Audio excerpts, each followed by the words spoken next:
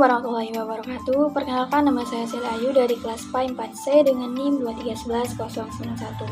Nah, di sini saya akan memberi tugas UAS orientasi baru inovasi pembelajaran PAI, yang dimana soalnya itu yang pertama, analisis inovasi dalam kurikulum. Kurikulum Deep Learning menekankan pada pemahaman konsep secara mendalam, penguasaan kompetensi, serta keterlibatan aktif siswa dalam proses pembelajaran. Sebagai calon pendidik PAI dan budi pekerti, bagaimana cara kamu mengintegrasikan pendekatan berbasis project based learning atau pembelajaran berbasis masalah atau problem based learning dalam mengajarkan materi toleransi dan kerukunan antar umat beragama pada siswa SMA.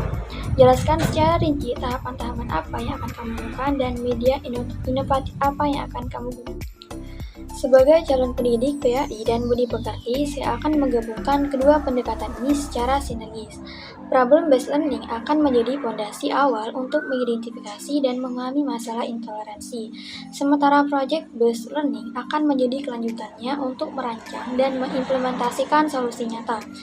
Tahap pertama yaitu problem-based learning atau mengidentifikasi dan menganalisis masalah. Yang pertama, penyajian masalah nyata. Pembelajaran diawali dengan menunjukkan contoh masalah yang benar-benar terjadi, seperti berita, studi kasus, atau video dokumenter tentang intoleransi atau konflik antar umat beragama.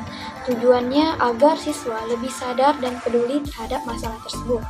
Yang kedua, identifikasi akar masalah. Siswa dibagi ke dalam kelompok kecil untuk mendiskusikan masalah yang telah disajikan. Mereka mencari tahu penyebab utama dari sikap tidak toleran, seperti kurangnya pengetahuan tentang perbedaan atau adanya pandangan negatif terhadap kelompok lain. Yang ketiga yaitu riset dan analisis. Setiap kelompok melakukan pencarian informasi sederhana seperti membaca artikel, mewawancarai orang, atau mencari data lainnya. Tujuannya agar mereka lebih memahami masalah tersebut secara mendalam, termasuk apa saja penyebab dan akibatnya. Yang keempat yaitu presentasi analisis masalah. Setelah semua informasi dikumpulkan dan dianalisis, kelompok menyusun hasil temuan mereka. Hasilnya disampaikan dalam bentuk yang menarik seperti peta pikiran atau mind map, digital, atau infografis, lalu dipresentasikan dan dibahas bersama-sama di kelas. Tahap yang kedua yaitu project based learning atau perancangan dan implementasi solusi. Yang pertama, perumusan pertanyaan utama. Berdasarkan masalah yang sudah ditemukan sebelumnya, siswa dibimbing untuk membuat pertanyaan utama yang penting dan menantang. Pertanyaan ini akan menjadi dasar dari proyek yang mereka kerjakan. Misalnya, bagaimana cara mengajak teman-teman agar lebih menghargai perbedaan. Terus, yang kedua, perencanaan proyek. Setiap kelompok membuat rencana proyek secara lengkap. Rencana ini berisi tujuan proyek, siapa yang menjadi sasaran kegiatan, misalnya teman sekelas atau warga sekolah, bentuk hasil proyek seperti video kampanye atau buku panduan, jadwal kerja, serta alat dan bahan yang dibutuhkan. Terus, yang ketiga yaitu pelaksanaan proyek. Siswa mulai mengerjakan proyek mereka sesuai rencana yang telah dibuat.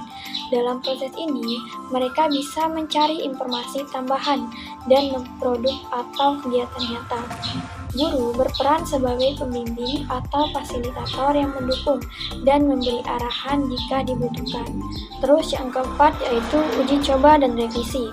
Setelah proyek selesai dikerjakan, kelompok melakukan uji coba atau memperkenalkannya secara terbatas atau soft launching untuk mendapatkan masukan dari orang lain. Setelah itu, mereka memperbaiki dan menyempurnakan hasil proyek berdasarkan masukan tersebut. Terus yang kelima yaitu presentasi dan evaluasi proyek. Pada akhir kegiatan, setiap kelompok mempresentasikan hasil proyek mereka di depan audiens yang lebih luas, seperti kelas lain, guru, atau bahkan orang tua.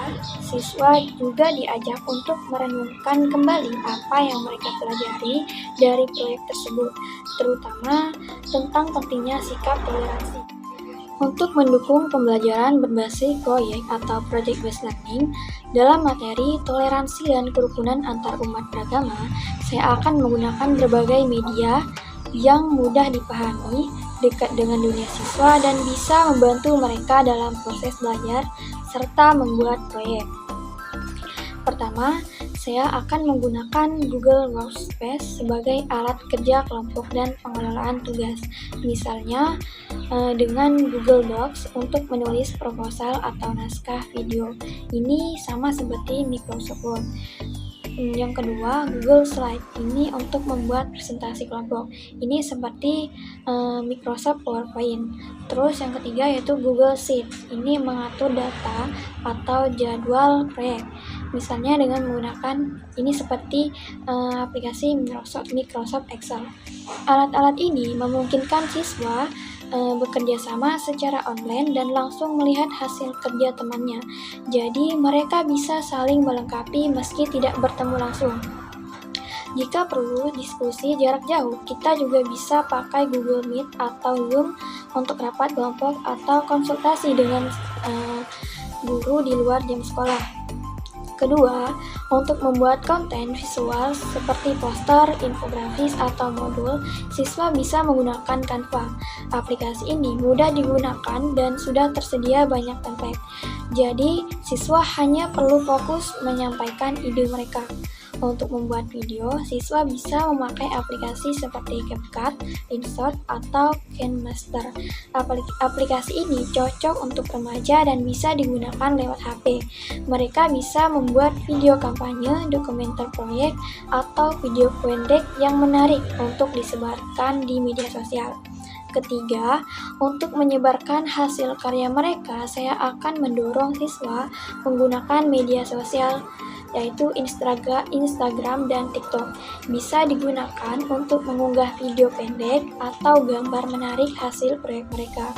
Dengan begitu, pesan toleransi yang mereka buat bisa dilihat oleh lebih banyak orang seusia mereka. Jika proyek mereka berupa film pendek atau dokumenter, YouTube akan jadi tempat terbaik untuk membagikannya. Selain itu, YouTube juga bisa digunakan untuk menonton video pembelajaran atau contoh kasus yang berkaitan dengan materi. Selanjutnya yaitu soal yang kedua, inovasi budi pekerti di era digital. Fenomena cyberbullying dan penyebaran konten negatif semakin marak di kalangan remaja. Bagaimana inovasi pembelajaran budi pekerti dapat berperan aktif dalam membekali siswa dengan etika digital yang kuat berdasarkan nilai-nilai Islam? Jelaskan strategi yang bisa kamu terapkan untuk membentuk karakter siswa agar bijak dalam berinteraksi di dunia maya.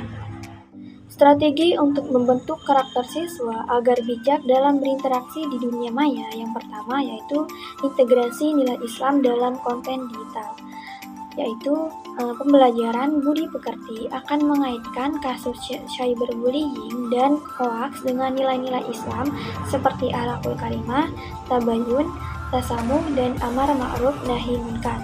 Saat membahas dampak cyberbullying, kita akan merujuk pada konsep ghibah atau namimah dalam Islam, serta konsekuensi di akhirat.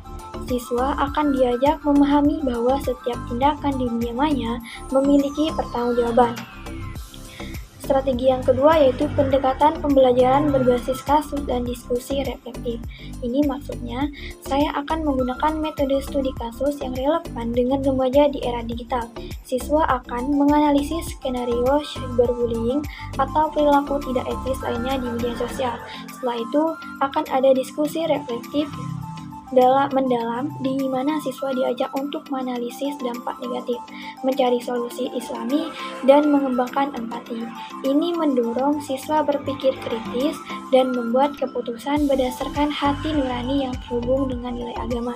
Terus strategi yang ketiga yaitu proyek digital untuk kebaikan atau Digital for Good Project. Pembelajaran dilanjutkan dengan proyek-proyek nyata yang melibatkan penggunaan teknologi secara positif. Siswa didorong membuat konten digital yang mempromosikan etika, toleransi, dan nilai-nilai Islami. Contohnya seperti kampanye anti-cyberbullying seperti video pendek, infografis, atau konten edukasi tabayun.